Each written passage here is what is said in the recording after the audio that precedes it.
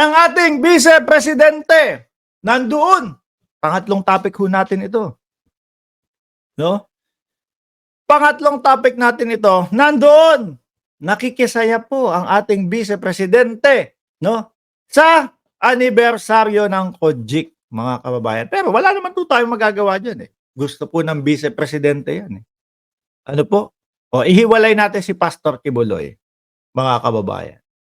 Ang napansin ko lang ho dito sa ating Vice Presidente, mga bossing, doon po sa House of Representatives, o yung may ginawa sila, may binuo silang quadcom ho mga kababayan. 'Di ba? Merong 17 magtatanong sa ating Vice Presidente doon, no? Gustong alamin, gustong ipaalam sa taong bayan kung ano ang plano ng Vice Presidente, bakit humihingi ng 2 bilyong pondo. 2 bilyon ho, mga kababayan, ha? Si Atty. Leni Robredo dati nung nanghingi, merong mga pagkakataon na halos 2 hanggang 10 minuto lang, aprobado na. O. Kasi naipapaliwanag ng maayos. Ngunit subalit datapwat, ang ating Vice Presidente, pumunta ho doon, mga kababayan. Sabi niya, gusto ko mag-isa lang ako. No? Para pag kinontempt nila ako, ako lang. Wala nang madadamay na iba. Yan. Diba? Sandali, hindi ako nakapagpasalamat. Sir Arthur Dalay, salamat po sa inyong super sticker. Oh. Para pag kinontempt nila ako lang mag-isa. Bago pa lang pala, mga kababayan. Bago pa lang pala, pumunta ang ating Vice Presidente doon sa House of Representatives, mga kababayan. Alam na pala ang gagawin. Alam na pala ang mangyayari, mga kababayan. At hinihintay niya na lang ito. Ngayon, napansin ko ho, siguro yung isasagot niya na iisa lang, kumbaga, para i-provoke yung ating mga magigiting na congressman doon, halos po talagang kumakayod itong mga congressman na ito. Bakit to, mga bossing? Tingnan mo, kayang mga mag-hearing niyan ng 12 oras. Walang hinto ho. Mga kababayan, hinihintay lang pala ng ating Vice Presidente, no? Na siya ay i-contempt. Di ho ba? Para kapag kinontempt po ang ating Vice Presidente, mga kababayan, magmumukhang kaawa-awa sa sambayan ng Pilipino. Tingnan mo, ginigipit to. Si VP Sara, ginigipit si Inday Sara.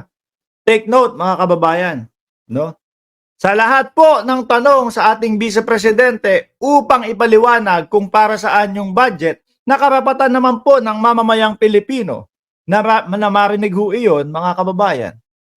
Iisa lang po ang sagot ng ating Vice Presidente. Ngunit pagpunta po diyan sa anibersaryo, anyway, may pa birthday po pala, no? May pa birthday po pala ang Philippine National Police kay Pastor, hindi pa birthday, pa-anniversary, no? Meron pa-anniversary ang PNP kay Pastor Kibuloy. Anniversary nyo, ha?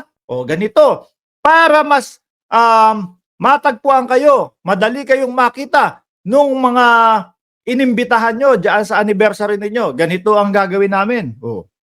Pabor pa nga kay Kibuloy ito eh. Ano ho? Pabor kay Kibuloy itong ginawa ho ng PNP, mga kababayan. Bakit ho?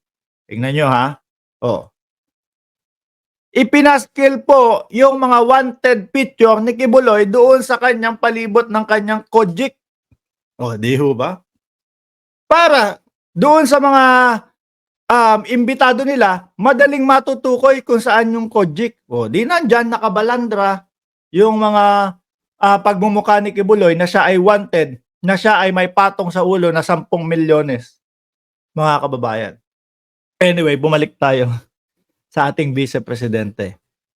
Kung doon sa House of Representatives na dapat niya ipinapaliwanag lahat, mas pinili po ng ating Vice Presidente na magsalita po at mas magpaliwanag doon sa anibersaryo ng COGIC, mga kababayan. Paano naman po kami? Paano naman po kami na hindi kami miyembro ng COGIC? Gusto din po naming marinig. Gusto din po naming marinig mga kababayan, no? Yung mga kumbaga, kung bakit ganun yung libro, o gusto din po naming marinig kung ano po ang plano sa budget. Dapat po sa Kongreso ipinaliwanag 'yan kaysa naman po diyan sa ano, sa anibersaryo ng COGIC. Bakit ho gano'n? Paano ho kami? Paano po kung ayaw namin makidalo diyan, ayaw namin makisali sa COGIC, hindi kami din po mamamayang Pilipino, 'di ho ba? Baka 'pag sumagot doon sa Kongreso, mas madami pang, itanong at yung mga tanong, hindi kaya talagang sagutin, 'di ho ba? Sabi ni Chris Dioneda, ang gusto ni Inday, hahayaan lang siya na lustayin ang pera ng bayan. Bawal siyang usisain, no? Kung bakit siya naglulustay ng pera ng taong bayan. Naku po, mga kababayan, tayo po tayo po. Oh, tayo po bilang isang mamamayang Pilipino, importante po na malaman natin, no? Kung saan gagamitin ni senator yung mga budget na kung saan gagamitin yung mga budget na hinihingi nila. Oh, kahit sino pong nagtatrabaho sa gobyerno o merong mataas na katungkulan sa gobyerno. Kaso po, mas pinili ng bise natin na doon magsalita, na doon ipaliwanag lahat-lahat po. Kasama na po yung libro, ang hindi ko lang po alam, mga kababayan, kung naipaliwanag na din po yung Shiminet, ano? Napanood ko sila Attorney Claire, no? Napanood ko naman sila Attorney Claire. Islang daw kasi ang ating Vice Presidente. Kumbaga, dahil nga po lagi na tayong mga kung ano-ano na yung napapanood natin sa telebisyon, so nagagaya na din natin. Shiminet. Oh. Pero gusto ko pa ding gusto kong naririnig yung Shiminet ni Vice President Inday Sara Duterte. Sabi ni Sir Tony Ninobla, binabati kayo. Oh, magandang gabi, Boss Mark. Magandang gabi din po, Boss Tony. At sa lahat ng viewers, shout out from Japan. Adelaida Egia, hindi niya pera yan. Oh, sabi corrupt talaga. Ayan po.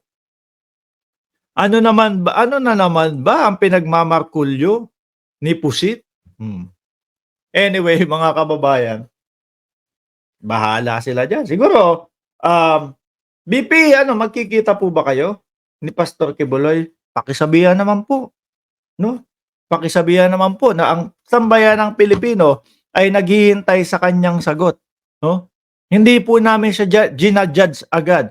Pero doon sa kanyang mga solusyon dito sa kanyang problema na kagaya ng pagtatago, talagang mapapaisip kami, BP, na yung kaibigan ninyo na si Pastor Kibuloy, guilty.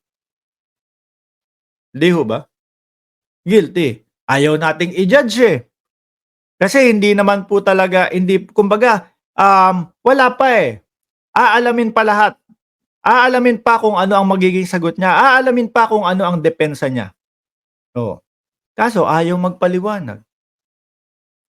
Imbis na magpaliwanag, nagtatago. Ano iisipin natin doon? Sir Jerry Penuela, shout out po sa inyo. Iisipin natin, syempre, guilty yung tao.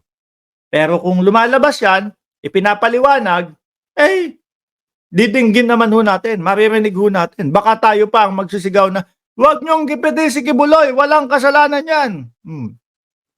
Wala ho. Mas talagang pinili ho mga kababayan. At eto pa, no? So yung mga gustong mag-serve ng warrant of arrest, mga kababayan,